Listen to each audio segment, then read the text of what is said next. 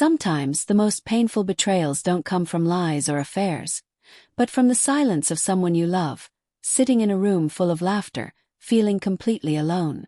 Tonight's story isn't about cheating or broken promises. It's about how one careless moment of mockery cost a woman her marriage, her partner, and the future she thought was secure. Welcome to Breakup Cheater, a place where real stories of betrayal, heartbreak, and chilling human truths come to life. Here we peel back the layers of love and trust, exposing the shadows that hide beneath. Every tale is a reminder that the scariest stories aren't found in fiction. They happen in the lives of people just like us. The evening was meant to be warm and comforting, a small gathering of friends and family inside the walls of our home. I thought it would be a chance for everyone to relax, to shake off the weight of the week, and for my husband, Daniel, to finally breathe after drowning in endless late nights at the office. The house carried a gentle charm that night. Candles flickered on the shelves, their glow softening the corners of every room. Faint music drifted from the speakers, a low melody that blended with the sound of wine glasses meeting in cheerful toasts. Conversations overlapped, laughter curled into the air, and for a while, it felt like one of those rare evenings people carry in their memory for years to come. At least that's what I thought.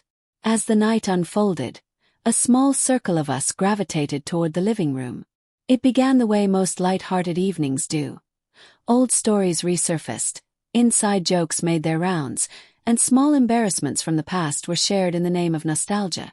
At one point, someone brought up Daniel's failed attempt at assembling a flat-pack coffee table. It was harmless, funny in a way that couples often tease each other about. I added my own exaggerated version of the story, complete with hand gestures and silly commentary. The room erupted with laughter, big, roaring laughter that seemed to wrap everyone in warmth. And once that door opened, others added their own anecdotes. How Daniel sometimes left dirty dishes in the sink, how he would talk to our dog as if it were a child, even how he once got lost driving home from a place he'd been to dozens of times. I thought it was innocent fun, bonding through laughter. But every so often I glanced at Daniel. His lips curved into a faint smile, but it never reached his eyes. He didn't laugh. He didn't join in.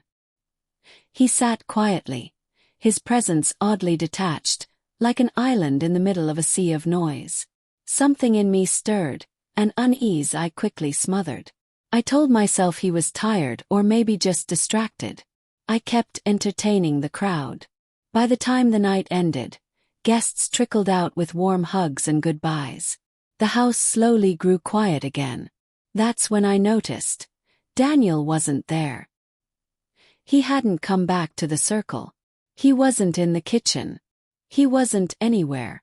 His phone, his wallet, and his keys were gone. Chill swept through me.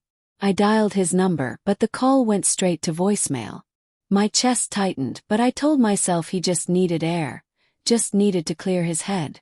That night, I lay in bed listening for the familiar sound of the mattress dipping under his weight, waiting for him to crawl under the covers beside me.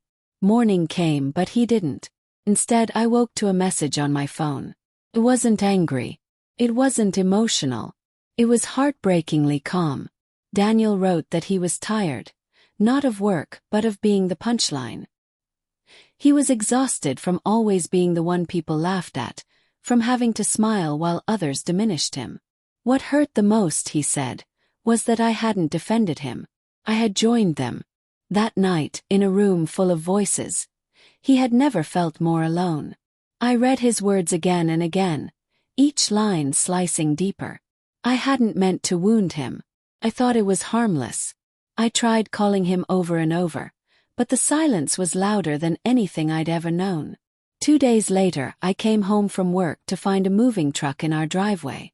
My heart dropped as soon as I stepped inside. His side of the closet was stripped bare. His shoes were gone. The coffee mug he used every morning gone. The house felt hollow, as though even the walls mourned his absence. Friends reached out in confusion asking what happened. One admitted they had noticed Daniel's discomfort that night.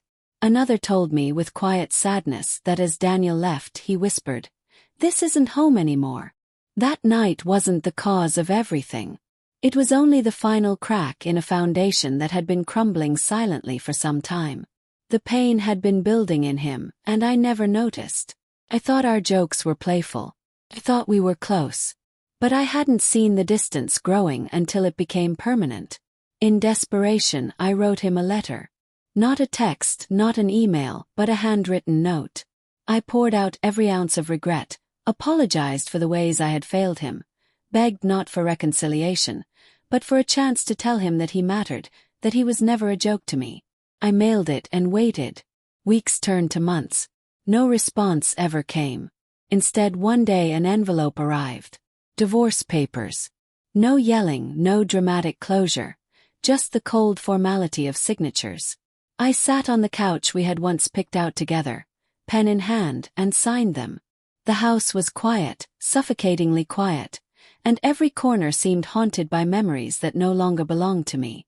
That night replays in my mind endlessly, like a film on loop. If only I had looked closer at his silence. If only I had stopped the laughter. If only I had chosen to be his shield instead of joining the crowd. Now, when I find myself at gatherings where someone becomes the subject of teasing, I don't just watch the people laughing. I watch the ones who aren't. I pay attention to the smiles that don't quite reach the eyes, to the stillness that hides behind the noise.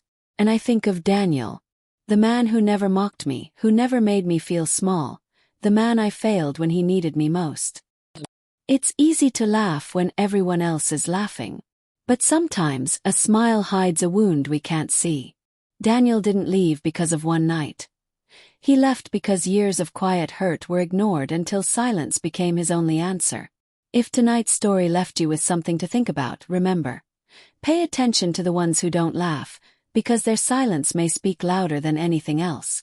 This has been Breakup Cheater, where shadows of regret remind us just how fragile human connection really is.